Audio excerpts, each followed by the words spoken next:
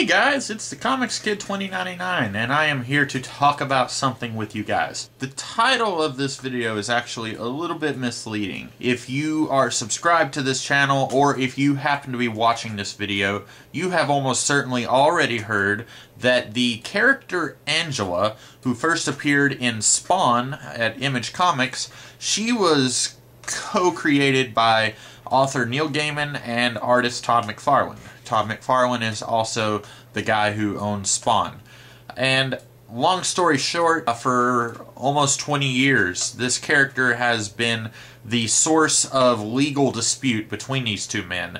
I don't really know all the ins and outs of it, but apparently Todd McFarlane thought that since this character first appeared in a comic book that he owned the character.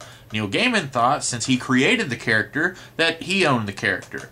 Now, I was under the impression that they, as of now, co-owned this character, and that they had just come to some sort of an agreement that Neil Gaiman would get money or something like that. However, it seems to not be the case. It seems like this character has now been shifted over to Marvel Comics. As I say, this is not a news video. If you are watching this, you've already heard this. This is really more of a what I would like to see happen kind of video. Here's what we know so far. It seems that Angela will make her very first appearance in the Marvel Universe at the very end of the Age of Ultron series. Now, I haven't been reading Age of Ultron, and I almost certainly never will be reading it. But what I do seem to understand about this series is that it is like an alternate future where Ultron is taken over the Marvel Universe, and then somehow everything is going to be restored back to status quo by the end. Or so it seems.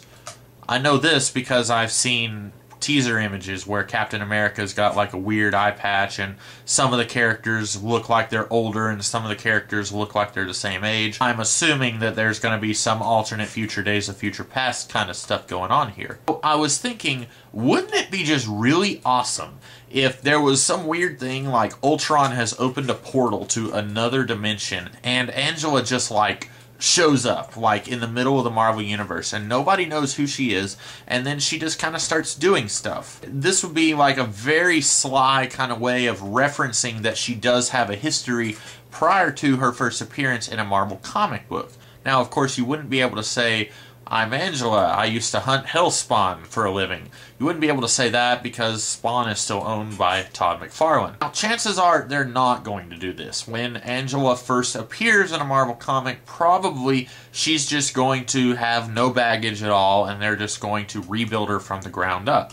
But it's really hard to say because nothing like this has ever really happened. The closest thing I can think of is back in the 1980s, DC Comics purchased quite a few characters from the defunct comic book company Charlton Comics. You have characters like the Blue Beetle, the Question, Captain Atom. Those guys originally were not DC Comics characters, and now they are. But even then, it was a defunct company, and they just purchased the characters. There was no legal dispute. It wasn't anything like what's going on now, where Spawn is still an ongoing title, and one character who debuted in Spawn is now being transferred over to Marvel. So this is basically a very new thing. But anyway, what I'm saying is, I think it would be really cool if, like, Angela and her, like, New York headquarters, she apparently, her and all of the angels who hunt Spawn or whatever, they have like a skyscraper headquarters in New York. I think it would be really neat if, like, whenever they first start appearing in Marvel Comics, like on a regular basis, if you have a character like Spider-Man who sees this building and he's like, that hasn't been here this whole time, has it?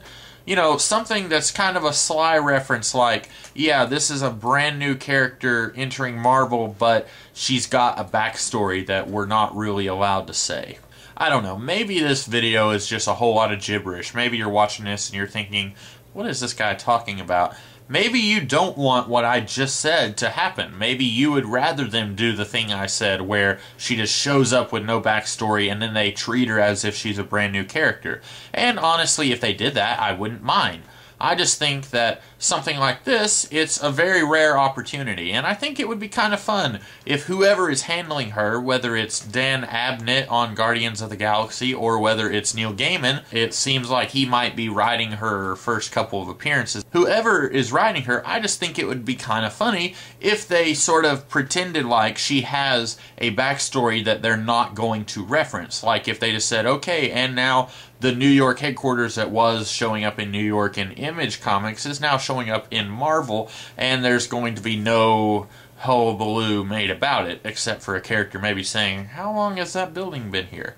I don't know. Maybe this video is just kind of pointless. I just thought it would be kind of a funny thing, and probably I won't be reading these appearances. I've never read more than an issue of Spawn. I've never read a single issue that had the character of Angela, and chances are, unless I just hear lots and lots of good things about stories that she shows up in, I probably won't be reading anything with her for the foreseeable future.